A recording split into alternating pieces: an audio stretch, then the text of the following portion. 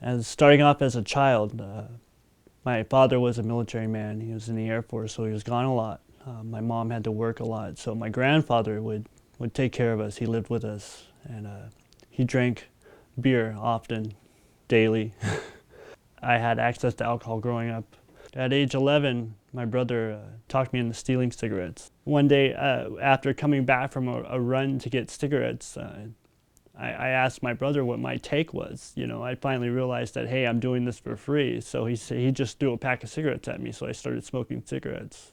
I ended up getting into drugs, sneaking out, going to parties. When I became 21, I totally hit the bar scene. I was singing in a rock band, and then one day I woke up and I had an argument with my girlfriend.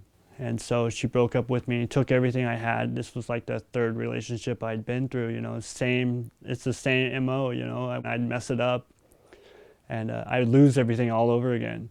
And so I come to a point in my life where, man, I'm tired of this. What am I doing that's so wrong, you know? And I come to realize that I needed to get into a recovery center or a rehab. I talked to the caseworker and I was crying, you know, and I just came to a point in my life where, oh man, anything I could do wasn't good enough, you know. I couldn't stay sober. And I was telling her this, and she had asked me if I had heard about the local recovery home. So I got into the house. I didn't really know a whole lot about the program, but it turned out to be a faith-based program. I had to go to church, you know, that was all part of the program. The specific church that I was going to has the Last Days of Jesus pageant.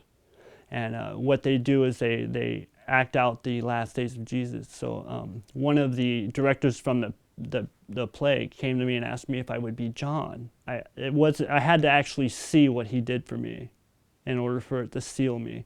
I saw him up there on the cross. I saw him speaking to me as I stood there with Mary. You know, I felt like I became John. And my tears started to flow, and I realized, I finally got it, it clicked.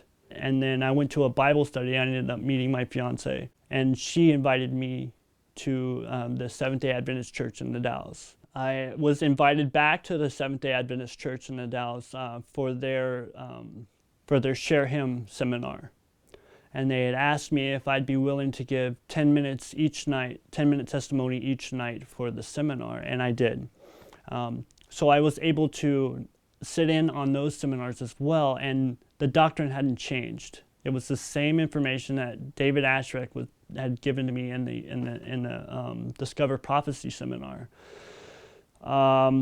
Through that Share Him seminar, I decided I was going to become a Seventh-day Adventist.